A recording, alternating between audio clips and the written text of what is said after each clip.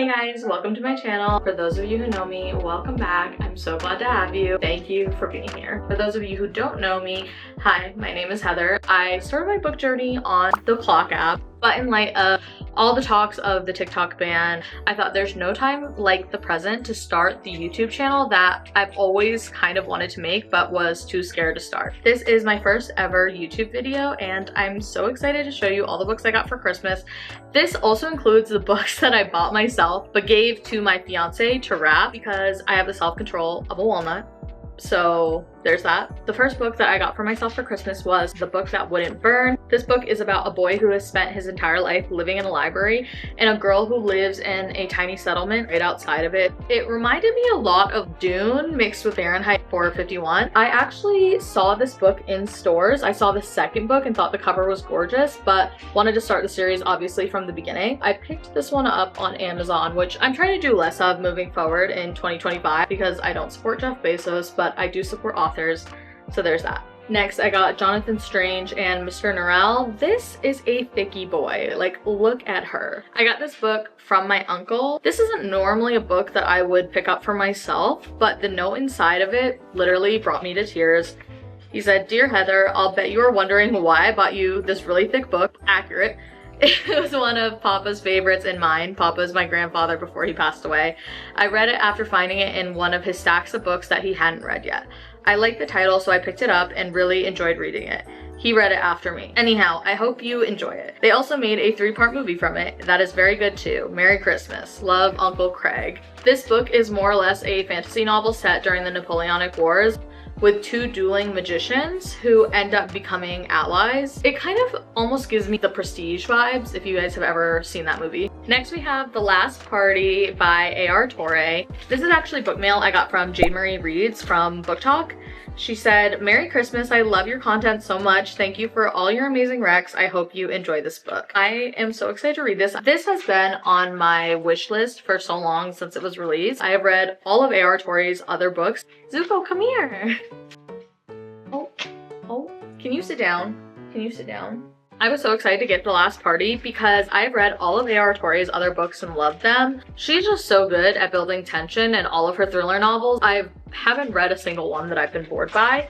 And when I saw that she came out with this book this year, I knew I had to have it. Thank you, Jade. I love it. I also got Truly Madly Deeply while this was on sale at my local bookstore. Like I mentioned, this is part Christmas haul and book haul of books that I bought myself. This is a best friend's little sister romance book. It is about a male character who owns a restaurant and has a violent stalker, but is still falling insanely deeply for his best friend's little sister. I picked this book up because I actually thought it was such a unique angle for the FMC to be described as awkward and eccentric, and I feel like we don't often see that in romance books. Next we have Variation by Rebecca Yarros. This is actually quite a funny story.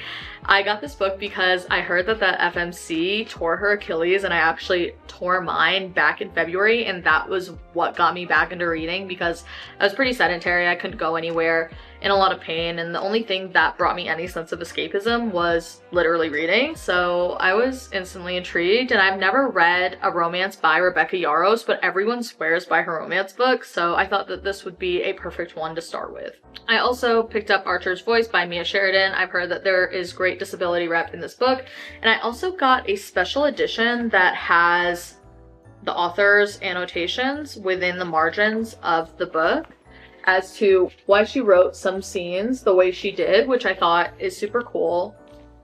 Back, and look how pretty the foiled hardcover is. Anyways, I have just been on my romance kick for so long that this just felt like a natural one to pick up. The next book that I got myself was Metal Singer. I am very excited to read this one.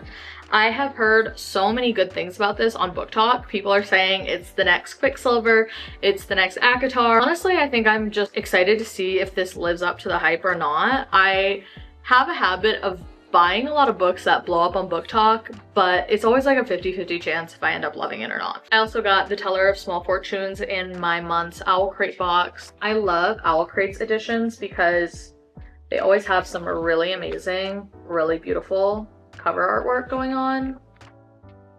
And then here are the sprayed edges. This is one of the top books that I've wanted to read, mostly because it's written by an Asian author, and I love Asian fantasy, Asian told stories. This book is about a traveling fortune teller who gets roped into finding a lost child, and so they kind of set on this journey with an ex-mercenary and a reformed thief. A couple months ago, I also pre-ordered A Song to Drown Rivers. This is the Fairy Loot edition, and it literally arrived the week of Christmas, so I just stuck it under the tree and said, hey, I'm just gonna open this on Christmas. A Song to Drown Rivers is about Zishi, a girl who is renowned for being so insanely beautiful that she kind of catches the eye of a local military lieutenant, and he recruits her to use her beauty as a weapon.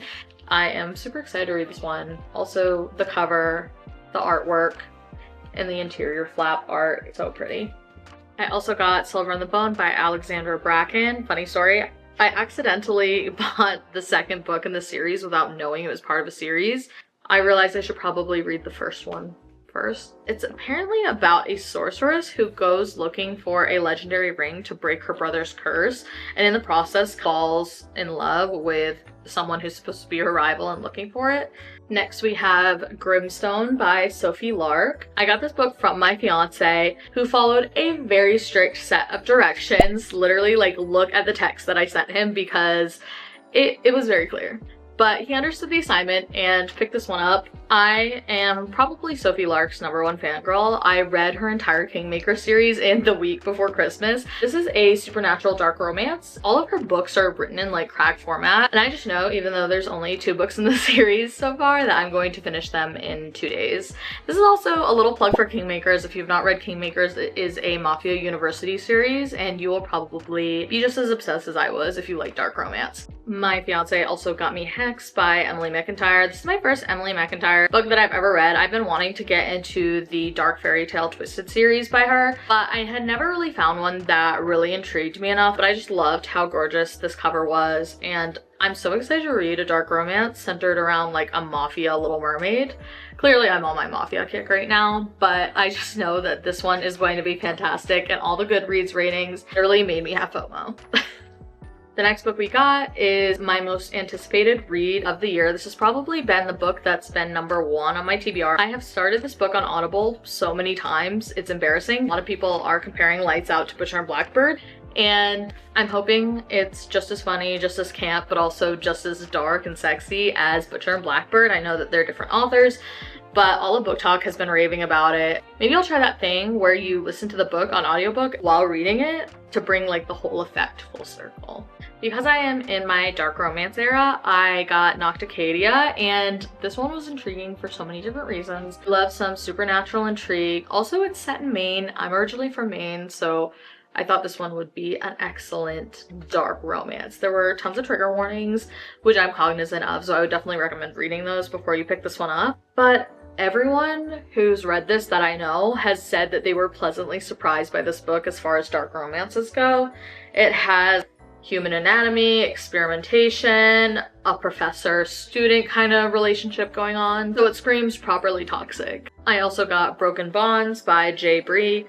I am a sucker for anything that has to do with fated mates, and I've been seeing this one as a must-read if you like dark romantasy. Also, there's like 6 or 7 books as far as I know in the series. There's quite a few, so if I like it, it just gives me more to binge read.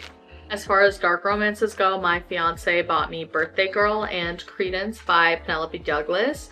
He said that he went through a stack of like 5 books because all the books on top for Birthday Girl were super damaged, but these are 2 dark romances that I've wanted to read for a while. I know that they're both a little taboo, but they've been on my TBR for 2 years now, so I figured I should probably just get to it.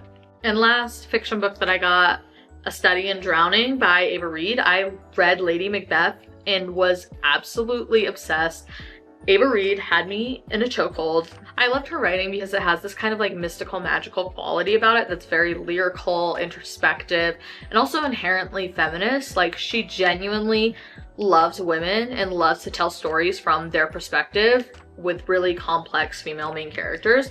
So I'm very excited to read A Study in Drowning because this one had such rave reviews and such good Goodreads ratings. And last but never least, my fiance got me 2 anime inspired cookbooks. One of them is a Studio Ghibli cookbook, and one of them is an Avatar cookbook. I'm a huge sucker for cookbooks because you can never have too many ideas of what to make when you have a handful of ingredients and maybe you're tired of making the same food over and over. And this is an anime loving household, so this was such a cute gift idea that my fiance got me. For the Avatar cookbook, they actually divide up the recipes based on what nation you're trying to cook for. So a lot of the Fire Nation's foods are inspired by Japanese culture. A lot of the Earth Kingdom's foods are Chinese, so on and so forth. There's even a couple pages dedicated to Uncle Iroh and Zuko's tea recipes, which is really adorable. Anyways, thank you guys so much for tuning in. It's my first ever booktube video. I hope there will be a million more.